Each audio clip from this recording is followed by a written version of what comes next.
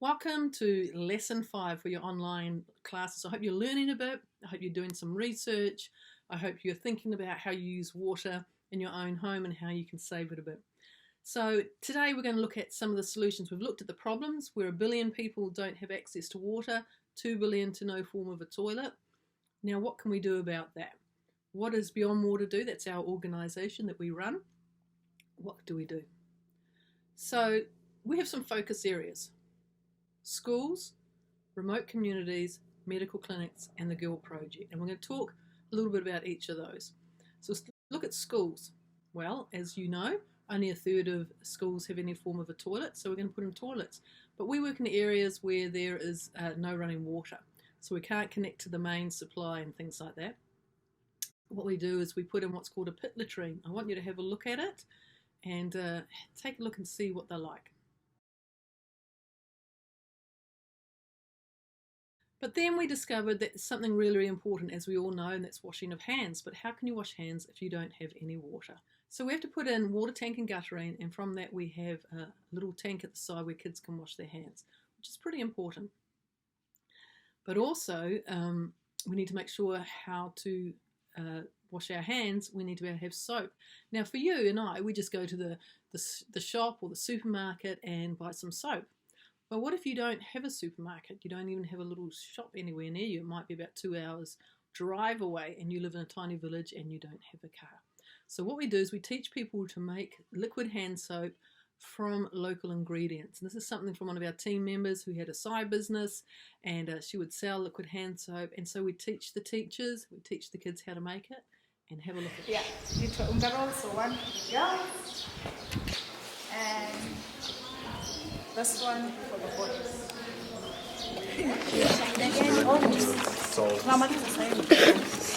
Lazima ishikane.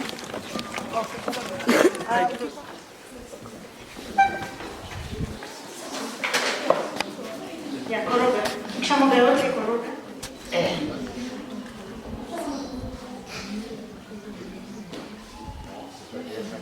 Really cool, huh? Very, very easy. Smells good too. Does a great job. And so we have toilets with water tank and guttering. We have somewhere for the kids to wash their hands, and we have an education program. We've talked a little bit about this along the way. And so through drama, through songs, through games, we teach the importance of hand washing. And we always finish up with lots of fun because we want them to remember it. They'll remember, oh, they're those people that came and we played these games, and they'll remember the song. So sometimes we've gone back to schools and they start off by singing the washing song. So let's have a look at some of that.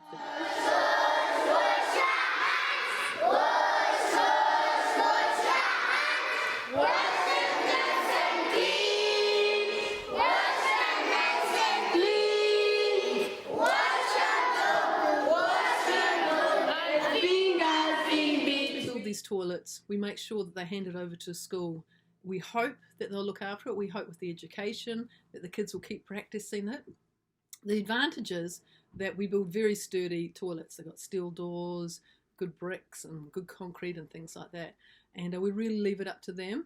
And we've had to go for the basic toilets because we've tried things like an eco toilet where the sewage comes in and it's kept in a big concrete pit for a couple of years and then put onto the garden, which we call the shumba. But you have to use very little water, which is great. But if they don't listen to you, it can water it down, it can't work properly. So that's the disadvantage. So schools are really important. Medical clinics, which we've talked about before, are very important. We want to make sure they have water. Water is really good. So the best way is to put on some water tank and guttering, or we do a deep bore well. So the deep bore wells we also do in the villages. So let's take a look how the drilling is done for that.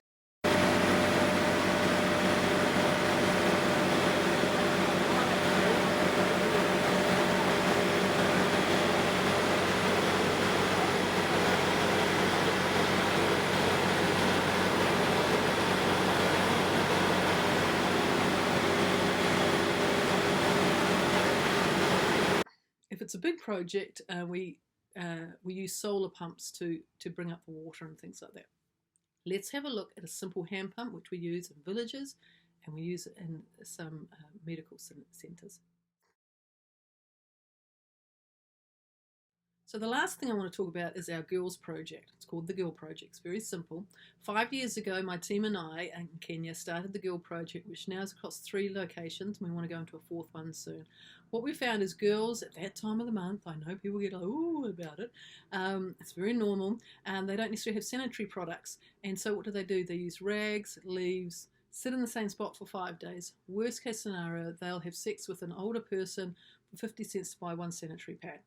It's embarrassing and it's humiliating, and it can cause all sorts of things like HIV/AIDS. So we wanted to stop girls from doing that. So we created the Girl Project, which is a leadership and mentoring project. Take a look at it.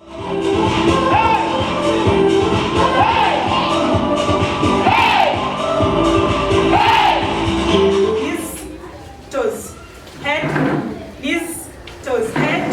Yes, you have to.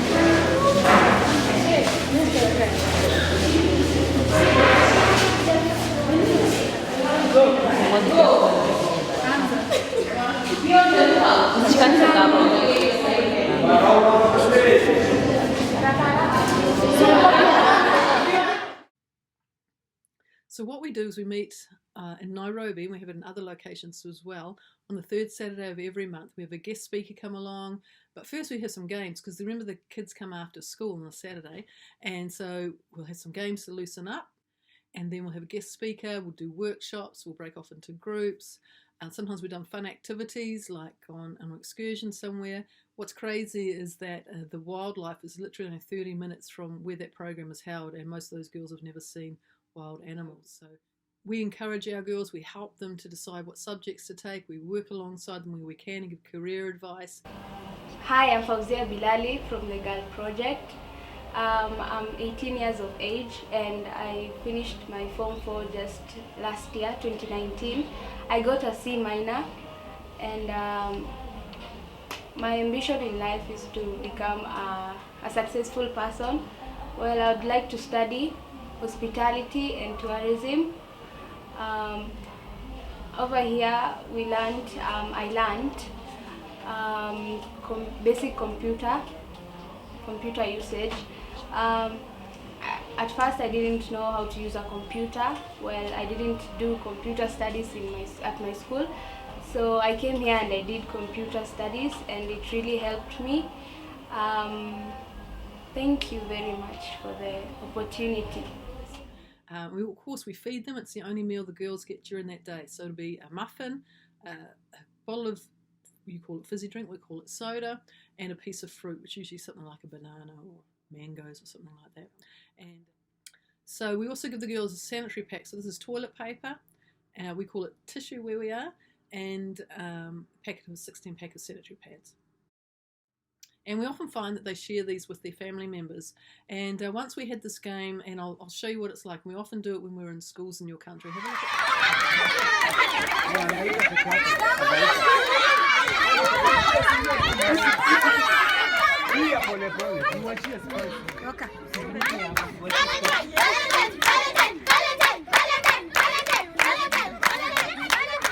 Come on, boys!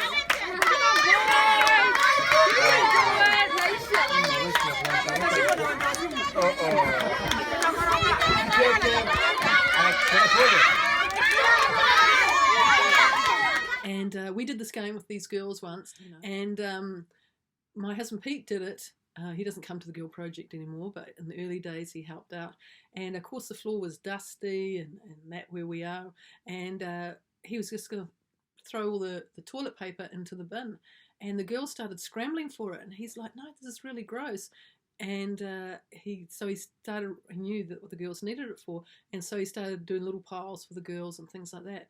And he still afterwards, there was a little bit left that was really dusty and dirty, and he was going to grab it, and some girl grabbed it, and he goes, man, you can't use that. And she said, Mr. Peter, because that's how I call it, Mr. Peter, we haven't had toilet tissue in our house for 6 months. Now their house is a 3x3 metre shack in the Kibera slum, but for 6 months. So that boggles the mind on that, so how important things are there. So that's the Girl Project. So yes, we do water, we do sanitation, which is school toilets, and we have the Girl Project. And there's so much more of that. You can check us out on our website. Very simple solutions, but they're not easy to implement. So project management is a really big part of what we do. You just have to work alongside the people. It's not about us as foreigners going in and doing it for them, it's working with them. So often they'll form a committee. 50% of that committee must be women, and one of those women has to be in charge of the checkbooks. And what you don't understand about culture is it's very much a man's world. So I had one guy come into an office and he had some big long title that he gave himself, and he wanted some help with the water project, and I told him the requirements, and when it got to that woman part, he said, "We don't need them." And in my mind I said, "Well, we don't need you." Of course I didn't say that to his face, but obviously we never worked with him. So it's very important because the women do most of the work, and so they also don't go spending the money at the pub on drinks and all sorts of things there. So we like the women to be involved. But we also have to work alongside them. So Pete, this is what he normally does.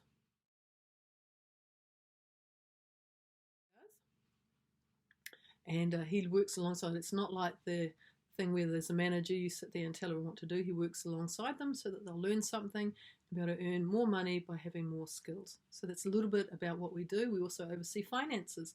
Anything that will go wrong, it'll be with money.